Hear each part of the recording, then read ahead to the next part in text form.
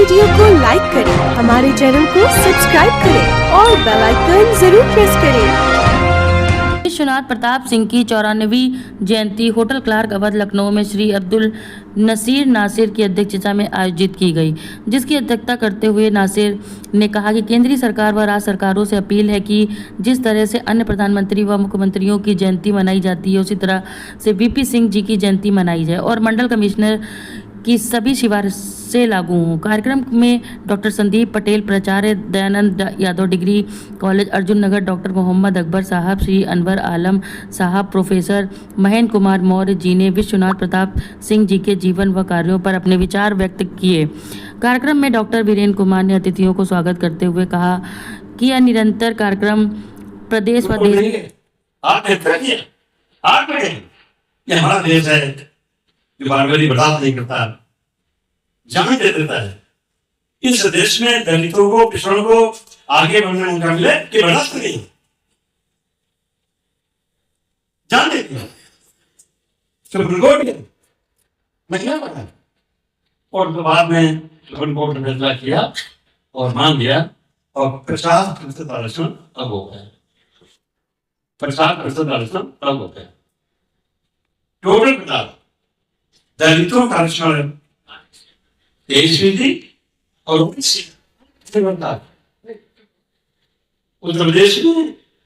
प्रदेश में 37 जातियां पिछड़ी हैं हिंदुओं की और 30 जातियां पिछड़ी हैं मुसलमानों की।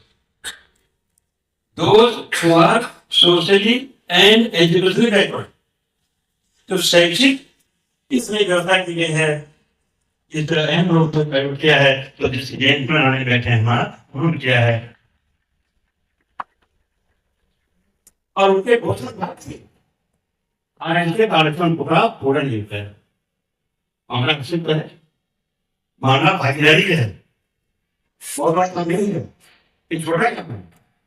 अभी माननीय से कहना है कि खाली आरक्षण नहीं, जनगणना होने वाली है, पता लग जाए कौन कितना है और फिर तो जिसकी जितनी संख्या भारी उसकी उतनी हिस्सेदारी,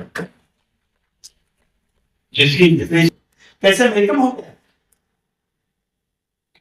हम बार नतमस्तक हैं अपने नेता वीपी सिंह पे, उन्होंने इतना बड़ा काम किया। उस आदेश को बचाए रखना आप काम है, हमारा काम है, सबका काम है, उसे लागू करवाना और अगर जितना किया है करना, फैसला बड़े बड़े करना।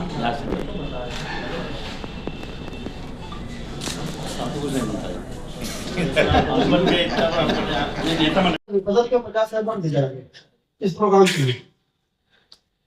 आपकी बिरादरी के मौलिया हैं, घर पे आके 1.5 घंटा बैठे रोने लगे, किसी का नाम तो ऑफिसर है, फोन किया, फोन उठाया। 10,000 रुपए आपके जनाब तानसेन यादव साहब है, उन्होंने दिया है। 10,000 राम कुमार साहब है पिगौड़ी, तो एक भी राम 25,000 रुपए इसमें से दिए।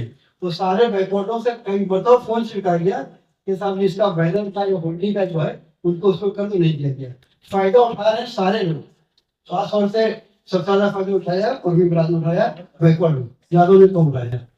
तो ये हमारी कमेटी कर रही है। तो 25,000 रुपए साल में 10,000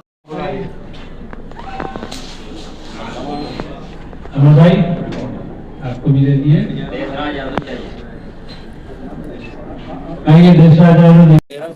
डॉक्टर संदीप पटेल प्राचार्य दयानंद यादव डिग्री कॉलेज।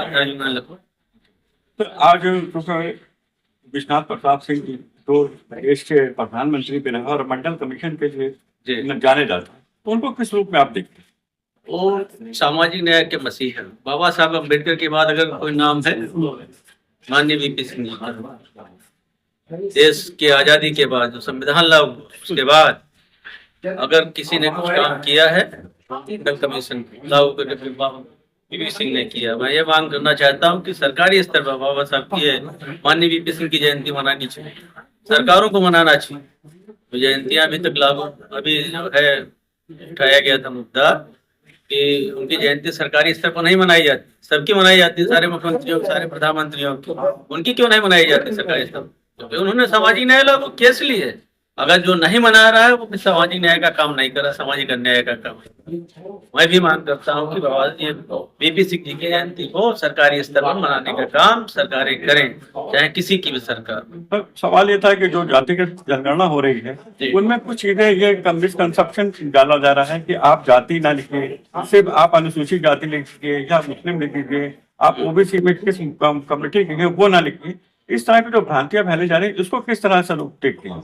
जातिगत जनगणना तो जाति के आधार पर होगी। उसमें एससी की जनगणना की एससी कितना है, ओबीसी कितना है, जनरल कितना है, माइनॉरिटी कितना है, ये निकल के सामने आए तभी तो होगा।